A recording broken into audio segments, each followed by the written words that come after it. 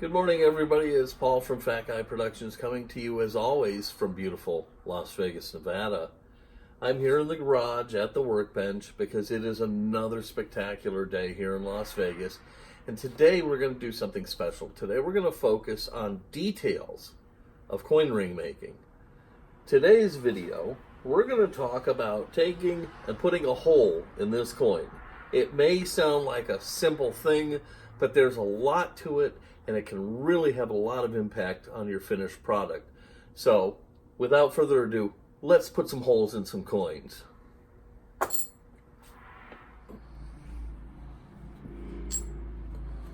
Prior to punching the hole in my coins, I always anneal first. I start by taking an ordinary Sharpie and make a mark on the coin. As I heat the coin, the mark will fade. That's when I know to stop.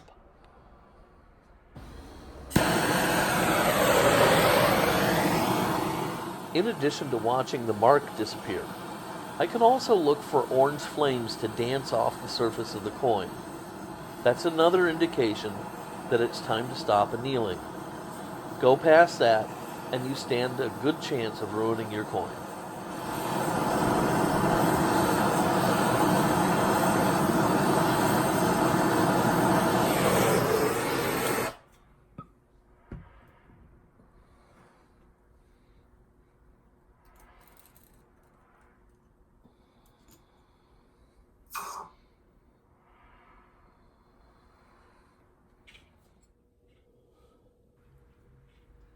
Now it's time to decide what size hole am I going to put in the center of my coin.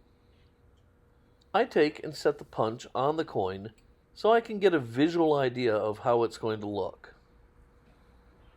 I can see what detail will be punched out and what will remain.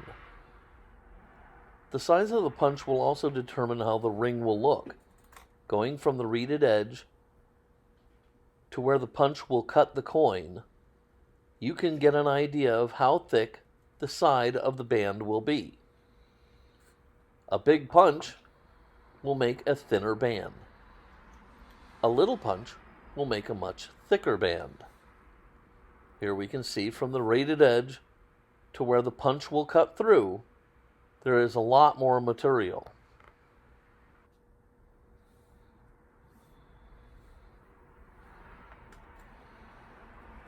In addition to the finished look, we also need to consider the final size of the ring.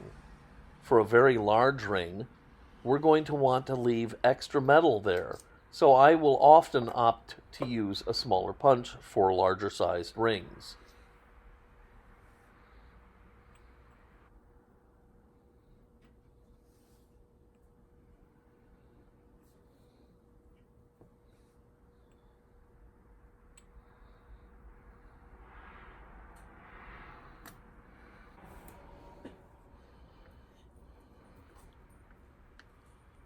This is a punch made for punching out coins, and it's created by Jason Works. You can visit his Etsy shop. He has a lot of great tools for building coin rings. As you can see, it has a housing. You take the base of the punch and drop it down in.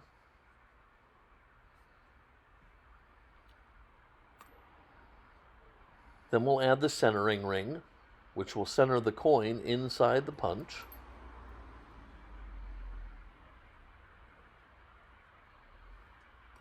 Now we'll drop the coin into the punch. And then we'll thread the top on down.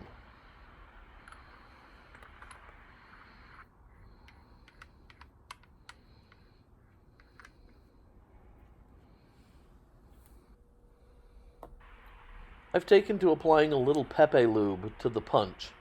This helps get the punch out of the coin just a little bit easier.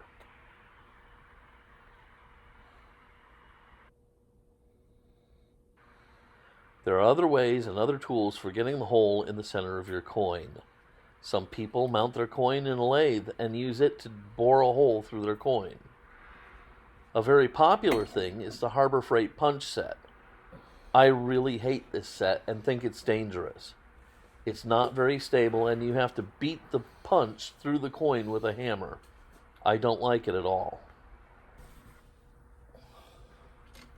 Even with the Jason's Works punch, I can take a hammer and drive the punch through the coin. But again, I think that's dangerous. I prefer to use my hydraulic press.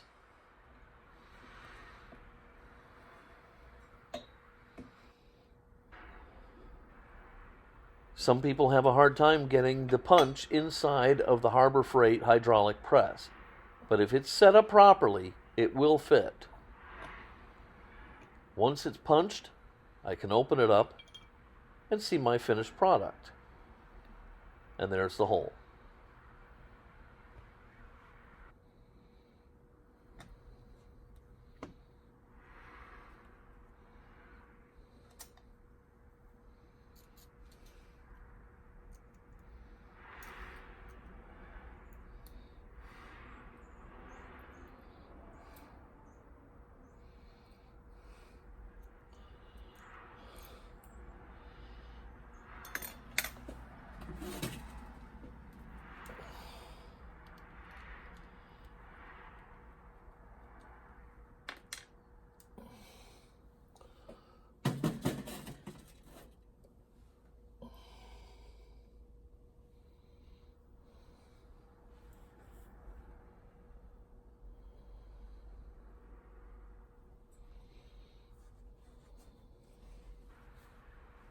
Getting the punch out of the coin is never a simple task.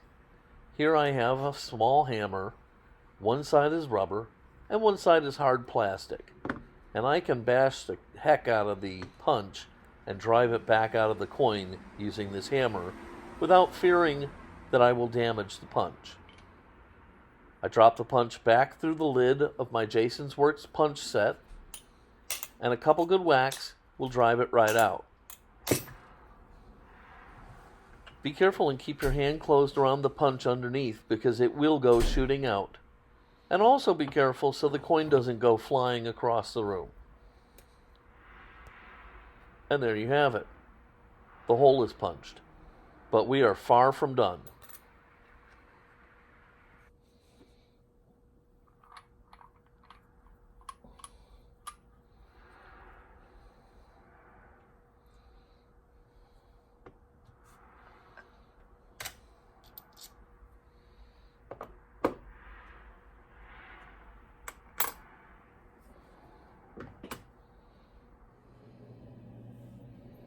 Before moving on, I wanted to show you how some of the larger punches come.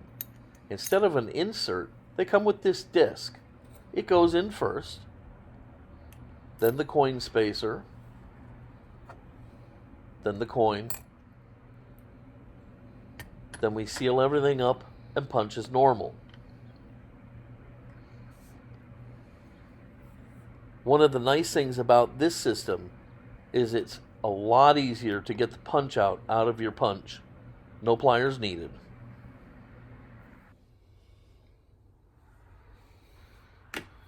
Micro cracks and fissures will split your ring in an instant, ruining your project. So it is imperative that you treat the cut edge. I begin by using a deburring tool. Spinning this sharp blade around the inside of the punch out will clean and soften the edge.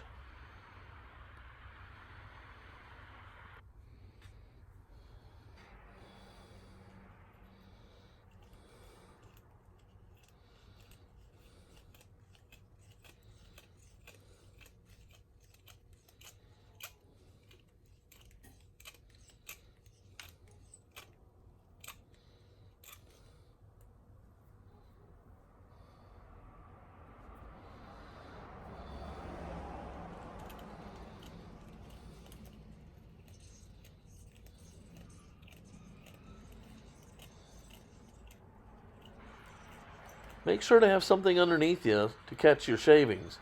This is silver after all.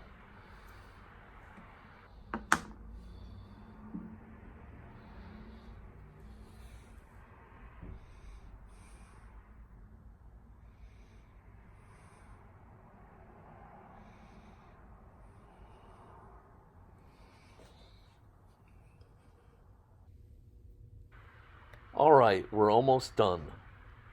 Now, 2 vital tools. Diamond files. The first one has kind of a curved surface to it. Sort of like an arc. The second file is flat on both sides.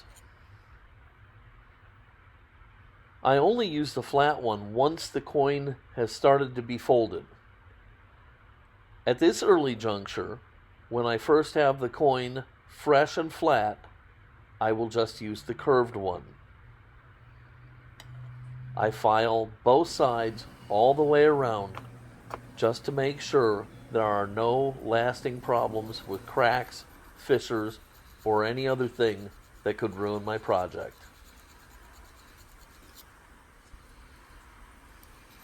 Virtually every time I anneal, I file.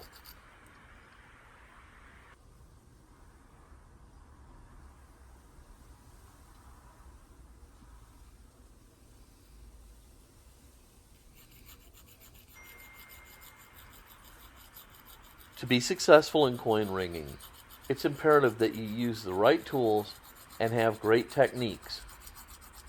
Taking care of the cut edge is imperative, and it all begins right at the very front when you punch the hole. Punching the hole can have such an impact on the final product.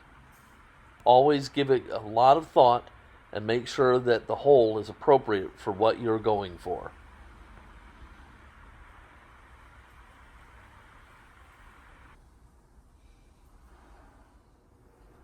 Alright, there you have it. A perfect hole in my Morgan silver dollar, and I'm ready to make a ring.